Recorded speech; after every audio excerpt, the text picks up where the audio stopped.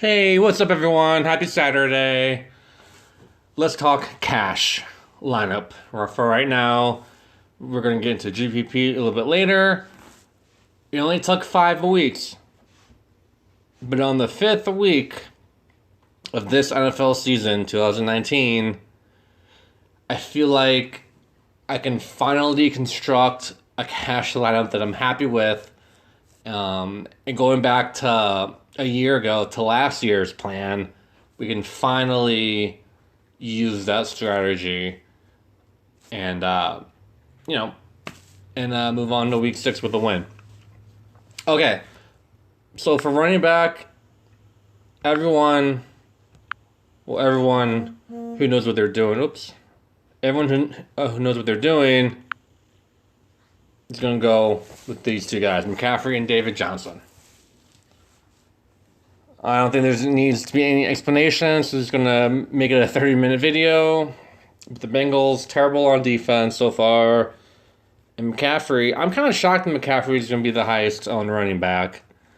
I figured people would be scared going up against the Jaguars, but I guess everyone knows by now they have the trouble stopping the run. So this is where we're going to differentiate. I feel like everyone's going to be picked between McCaffrey and the next player I'm going to show you. I like Dalvin Cook. He's basically my Todd Gurley when Todd Gurley got 25 touches a game last year in the early going. The Giants can't stop anyone. Yeah, Cosmos would probably have to throw a little bit, but I think Dalvin Cook gets 20 to 25 touches and goes off yet again. So between everyone, David Johnson about 20 touches, McCaffrey 25 to 30 touches, and Dalvin Cook 25 touches. If you can get between 60 and 70 touches in between your running backs, and oh yeah, everyone catches the ball. This is key. Okay. So for the next pick, all week I had Chase Daniel as my quarterback for cash. I thought he'd be really popular, but apparently he's only going to be around 3% or even less than that. And he might be a good GPP play because he can allow you to do a lot of other things. But he is a game manager, but he could throw for 3 touchdowns easily. I think Deshaun Watson, everyone's talking about Deshaun Watson as a GPP pick. So scroll down a little bit. I had Carson Wentz in earlier today. I think Carson Wentz is a great pick. I had a little bit of money extra with Carson Wentz, so I went up a little bit. But Carson Wentz, he could be the perfect cash game quarterback, knocking on wood, as long as he stays in the game. From earlier this week, on my Monday video, I basically said I had the yips for picking quarterbacks, and it's true. The quarterback that I picked, it was Nick Foles week 1, got hurt after like the first series. Week 2, I forget who it was, but they didn't do really that well. And then last week, what was it? Oh, I'm blanking on quarterbacks, but just go back to my other videos, I guess. Oh, it was Case Keenum last week, and you know how that goes. So I'm going to go up a little bit. I never spent over $6,000 on a quarterback. I'm going Tom Brady. I'm going to say, screw this. I'm going Tom Brady. Everyone might say, well, they're going to blow out a Washington. And they should, yeah. But they also are going to score over 30 points. If you look at the games he's been in, other than last week, because he played an unbelievable defense. And we all knew not to play him last week. But the Steelers, week 1, they won by 30 and he got 28 points. Dolphins won by 43 and got 24. See, these are great cash. These are great GPP numbers, but his floor in the cash game is probably 20, 21, 22 as a floor. So he doesn't need to be in the close game. I feel like they're basically like abandoned the Sony Michel running game because Tom Brady wants to throw. Later in the year, towards the playoffs, they're going to do what they did last year. They're going to switch it up. Brady's going to have a dead arm again, and Sony Michel's going to have to carry the ball 20, 25 times to win the game. But right now, Brady wants to throw, and he's going to throw. I could easily see him going for 4 touchdowns. And also, he could run in a 1-yard score easily. If they get down to the 1, they rush up to the line, and they hike the ball quick, and he just does a QB sneak every time. So, also something to keep in mind. So, I feel like this core, I feel like I could stop right there, and with this core, if you play it, you'll cash. So, that's how strong I feel about it. Okay, so I'm going to do a couple other picks. Because I have Chase Daniel, I paired him up with Allen Robinson, and I like to keep him in. This game is in London, and it helps. Usually London games are higher scoring for some reason. Allen Robinson, he looks like he's got a floor of about 12. Great. He's 12. That'd be awesome. He should get more than 12, though. So, plugging him in right there as my number 1 receiver. Oh, I forgot to say part of the other core. I had him in my GPP team, and then I switched him because apparently he's going to be the highest owned receiver.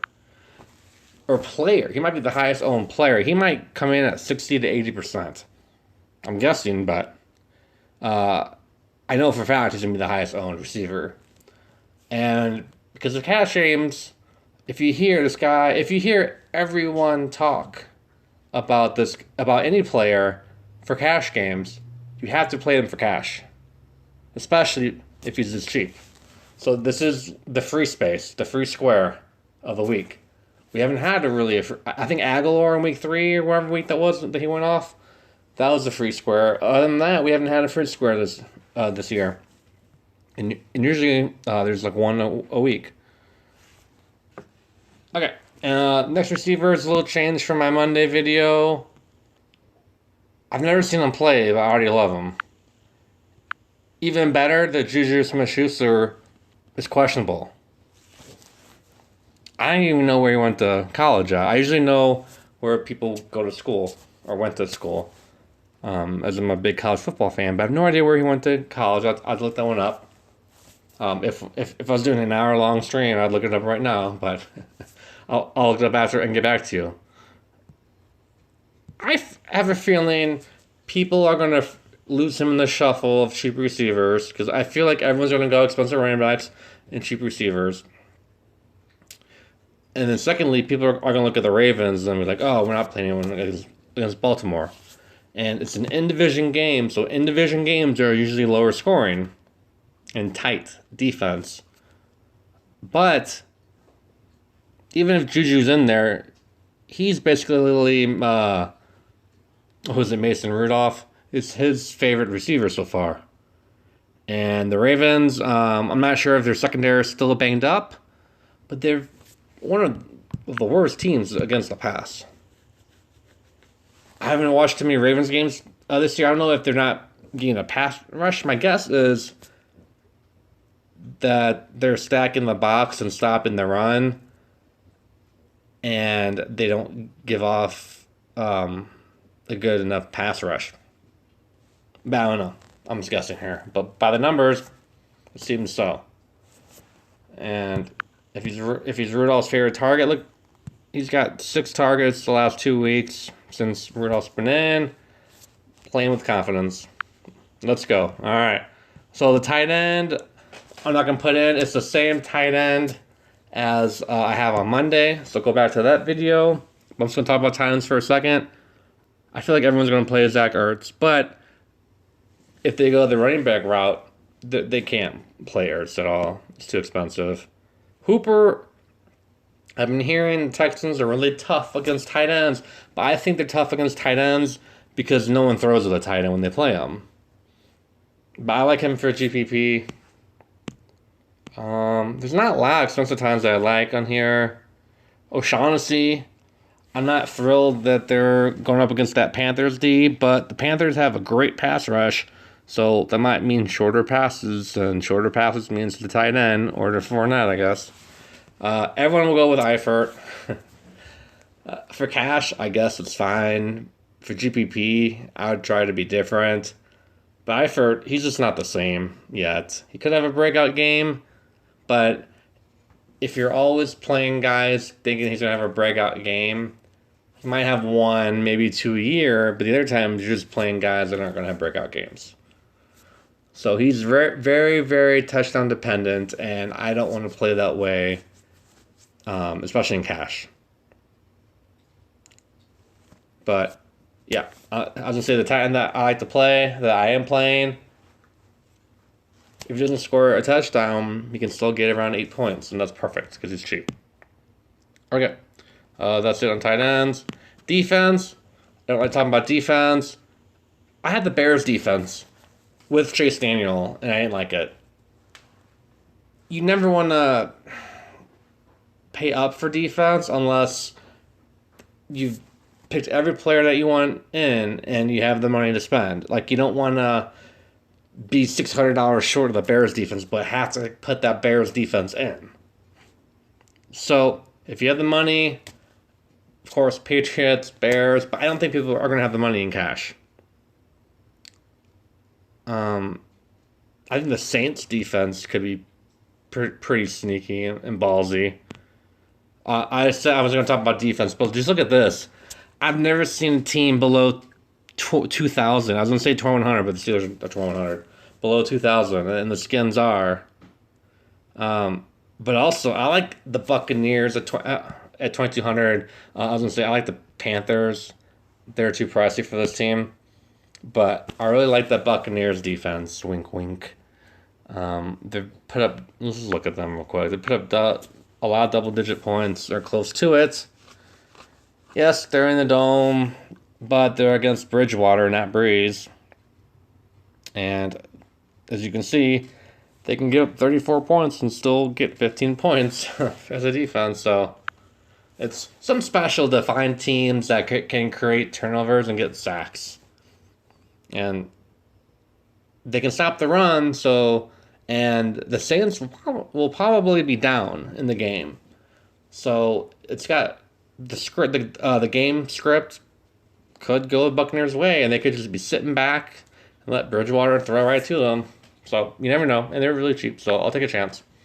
Anyways, I was gonna end the video. I'm not done yet. So this is the cash lineup that I'm 99.9% sure I'm going to play.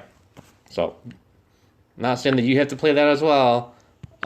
Even if I named one player that you didn't think of and you put in and he goes off, I feel like I did my job. So for GPP, you kind of want to do, I want to do a stack. And I feel like the Falcons stack will be perfect. I feel like everyone's going to go this Texans stack. But I want to go the Falcons stack and not bring it back with anyone on the Texans. I had Duke Johnson for the longest time at my running back spot. But I think that's being too cute. I don't need to do that. I'm going to make a separate video if I have time tomorrow or on Sunday of my favorite quarterback and receiver stacks. Might be 4 of them. Might be 2. Might be... It'll be more than one because I just give you the one. So anyways, I'm going to end the video right there. That's probably my shortest video of the year so far. So, yay me. Thank you so much for subscribing, for liking the video, and comment below. Let me know who you're playing. Alright guys, let's win some money.